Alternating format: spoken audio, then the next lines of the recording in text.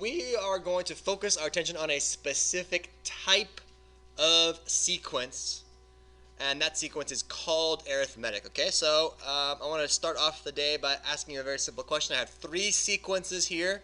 Each of these sequences has 4 terms in it. I'm just wondering what it is that you notice. What do you see? What can you describe? And if you have any thoughts about that. Each of these is an example of an arithmetic sequence. So I want you to see if you can notice anything about it right now. What did you guys notice for the first one here? Plus 3. Yeah, you're adding a 3 here. You add 3 to get there. From that, so you add 3. I agree with that. Okay. What about B? What do you guys notice? Yeah, you add 5. From that one, you add 5 to get to that one, right? To go from 11 to 16, you add 5. And then similarly, what do you notice for part C? Yeah, I add 4 to get to that one, I add 4 to get to that one, and then I add 4 to get to that one. Okay, so basically what we're seeing here, right, all of these are arithmetic sequences. Okay, I think I'm going to put extra E in there, sorry. Arithmetic sequences, okay? So what do we notice about an arithmetic sequence, right? We are basically doing this, right? We are adding a fixed number, right? Each time. Each time to what though? To the previous, right? Ooh, to the previous term. So that would imply that arithmetic sequences have a recursive property to them, right?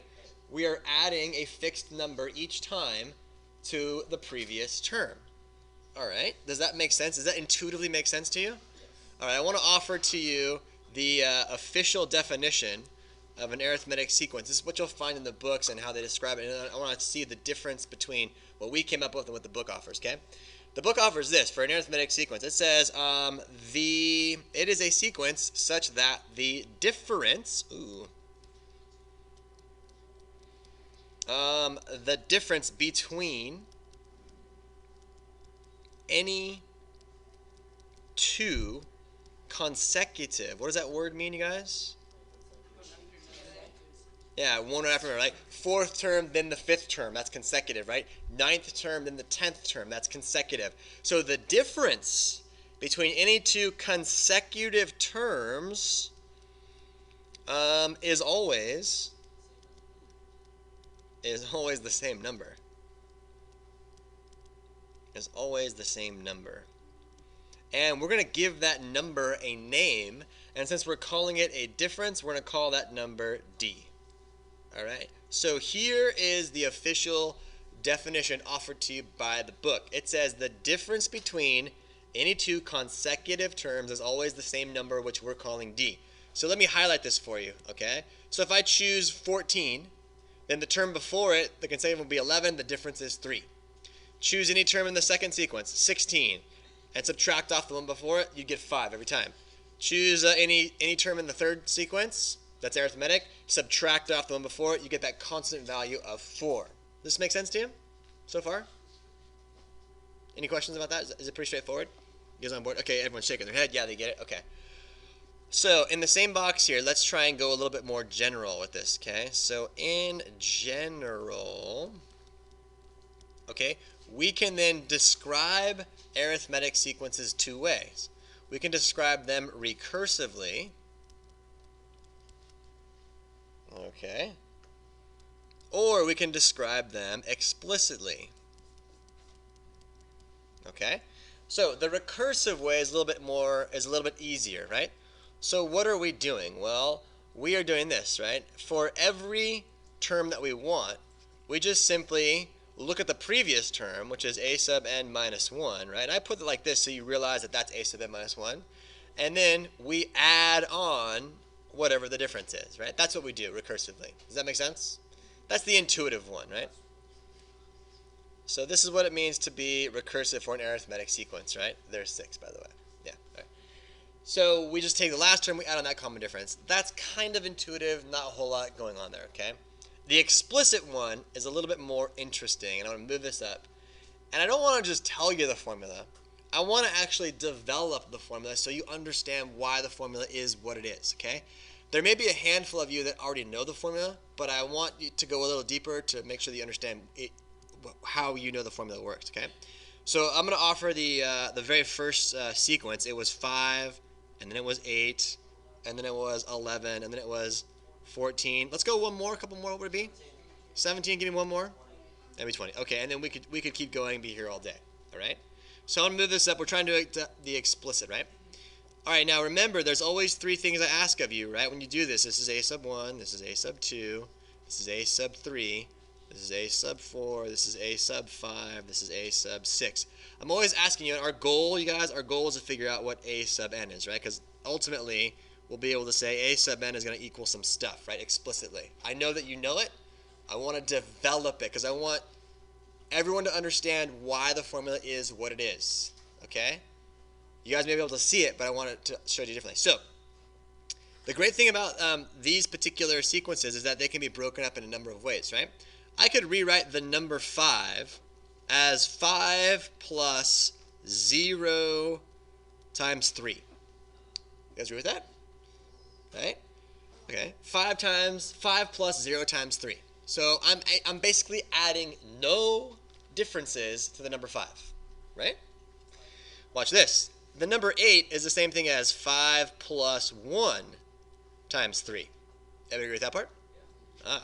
Number 11 can be the number 11 can be written as 5 plus 2 differences of 3. Oh.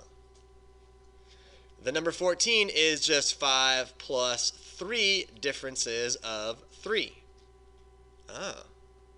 The number 17 is just 5 plus 4 differences of 3. Do you see the verbiage I'm using? Right?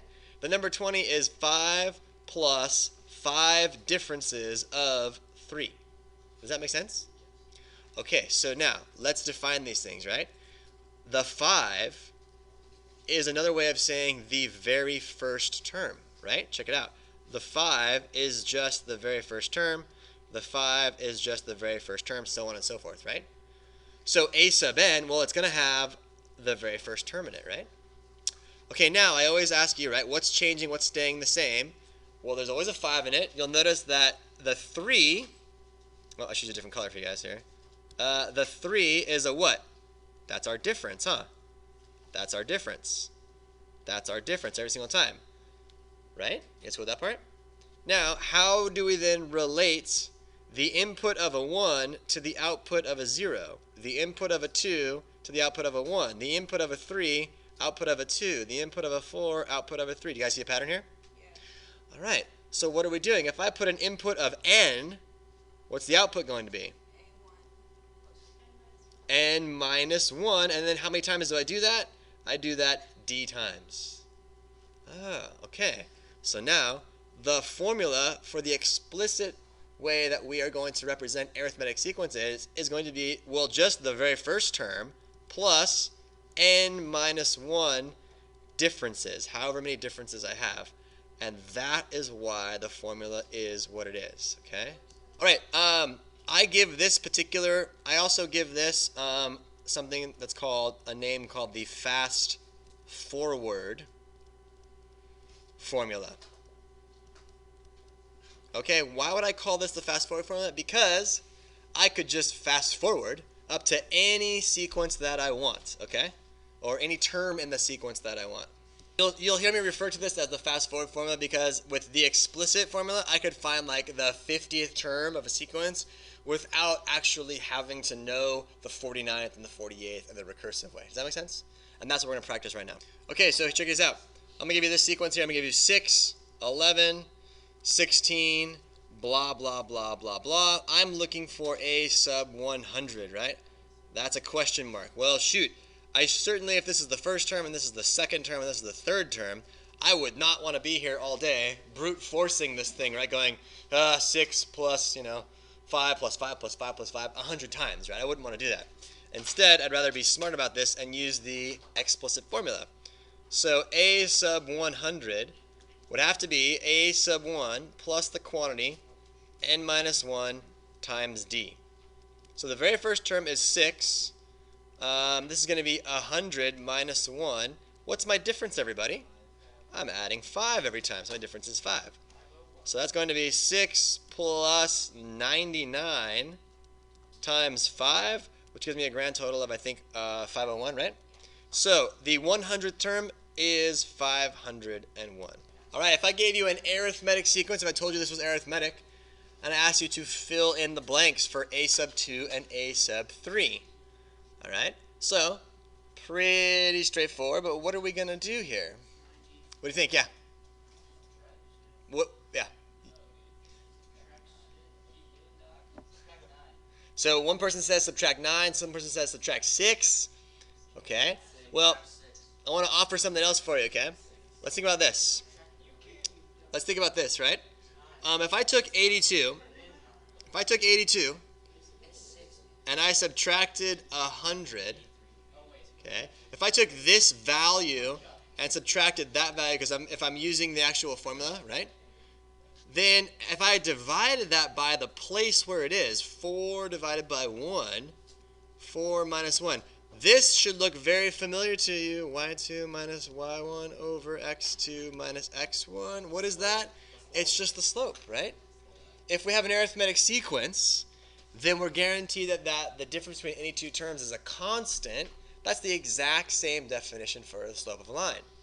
So if I use the formula, I get 82 minus 100, right? So I'm looking at negative 18 over 3. I'm looking at negative 6, all right? That gives me the difference. Great, awesome. Now I can fill in the gaps here, right? Take 100, subtract 6, I'd get 94. Do it again, I'd get 88. Do it again, I'd get 82, all right? Okay, here you go. Here's the U try. There's an A and a B. Question part A says, what is a sub 46? So I'm asking for the 46th term, the value of the 46th term. And then in part B, I'm asking you to fill in the gaps. Ready, set, go. Okay, so hopefully for part A you got 93, right? Rachel, what did you get for part B? 95. Say again? 95 and then 110. Who agrees with Rachel? She get it right? Let the record show only about half the people's hands are up. Oh, is that everybody else? Okay, everyone's still on board. I think that's totally right too. Nice job, Rachel. Okay, here we go. The arithmetic mean. This is a kind of a moot point, but it's in the book, it's in the homework, so I want to make sure that I mention it during the class time. Okay, the arithmetic mean is exactly what you think it would be. It's the average of the two numbers on either side, all right? It's really that easy. So take 15, add to 59, divide it by 2, and you get a grand total of 37. So that number goes here, all right? Not very terribly exciting, but I want to at least mention it to you so that when you see it, you'll understand what it means. So you need the two numbers on the other side to get the arithmetic mean in between the two, all right? Okay. This is actually, you guys, what I'm going to show you right now in box 5, this is actually from section 9.4, I think, but I think it belongs better in this one, okay? So an arithmetic series means that we're going to be adding up all of the terms in an arithmetic sequence, okay? So if we're given an arithmetic sequence, we can actually add those terms, and we call that an arithmetic series, okay? So we're going to add up some terms here. Now, there's a couple of types here, or actually there's two, right? There is, I'll give you an example. I'll use different colors to make it a little darker. So let's say I start with that first one here. If I had 5, 8, 11, 14, 17, what will be the next one here? 20, okay. So this right here is the definition of a finite arithmetic series. Now, why? Why is it finite? Because there's a start and there's a stop, right? There's an ending point, okay? We're done at 20. And I don't even need the brackets. I don't even need these. Like, I could just be like, I just want to add up these right here, right? Very good. Now, the other way I could approach this, right? 5 plus 8 plus 11 dot, dot, dot. No matter where I go, that would be an infinite arithmetic series. But we're not going to worry about that right now because that's not something we can actually concentrate on. We're going to focus our attention on the first one, a finite arithmetic series. Okay? These are actually really, really cool. All right? So we're going to focus on a finite arithmetic series. I'm going to move up to give myself some space. I just wanted to introduce the different verbiage of the two different types. There's an infinite and a finite. You guys still with me on that part? No big deal? Hello? Yeah, okay, good. So I'm going to move this up, and I'm going to write down the exact same sequence that I had. I had 5 plus 8 plus 11 plus 14 plus 17 plus, what's the other thing? 20? Okay, good. Now, this is going to be a finite arithmetic series, okay? Can someone right now, really quickly, just in their calculator, can someone just really quickly add that up and tell me what you get? 75? Yeah? Is that 75? Someone, is that, check his work. 75, okay, good. Okay, good. Okay, so we all agree, or some of us, most of us agree, that this series adds to 75. Really need your attention here. I need this last 10 minutes with you guys, right? This series adds to 75, okay? There has to be a better way of doing this than just adding it up by brute force, right? Like 5 plus 8 plus 11. There has to be a better way. So I want to show you something, okay? I'm going to take the same series, and I think I showed you this trick earlier. I'm going to write it backwards. Okay, watch. I'm going to do 5 plus 8 plus 11 plus 14 plus 17 plus 20. Okay? And by the way, that better still add up to 75. If it doesn't, we have a major fundamental flaw, right? Oh, good. You like that joke. Good. Awesome. All right. So, all right. Watch this. Okay. Yeah. All right. So, watch this now. What I'm gonna do is I'm gonna add vertically on both sides of this. Okay. I'm gonna add vertically both sides. So here we go. 5 and 20. How much is that? 25. 8 and 17. Oh, same. Ooh. Whoa. What? Check this out. Right? Whoa. And if I add these up, well, that's how much is 75 and 75? 150? Is that right? All right. All right. So we're on to something here, right? Wait, Hold on a second. We're going to develop this. All right? We're going to develop this. How many 25s would you say I have here? 6. Okay. I have 6 25s, right? And that's still the same thing as 150. Everybody agrees with that part? Okay, great. All right. But what does the number 6 represent? The number. So this is the amount of 25s that I have, right? Okay, now watch this. I'm going to break up this. I'm going to say 6. I'm going to break up the number 25 as this. 5 plus 20. And that still better be 150, right? I'm not doing anything magical, right? Yes. It's still 150. Okay, now, all right, so this part represents how many terms I have, right? What does the 5 represent? The first term. The very first term. James, what does the 20 represent? The very last term. And what does this number represent? This represents 2 times the sum, right? But what do I really want? I don't want 2 times the sum. What do I want? I want just the sum. So I should divide by what? 2. I should divide everything by 2. Divide by 2. Divide everything by 2. Now, ladies and gentlemen, if I just generalize this, look what I get. I get the sum of the first n terms is nothing more than, well, the number of terms that I have times the very first term plus the very last term, all divided by 2. So look, there it is. And we have developed an understanding as why this formula is what it is. When we get to section 9.4, I'm going to actually show you the proof that this is what it is, all right? But for now, I want you to understand where this formula is coming from and why this formula works, okay? So check this out.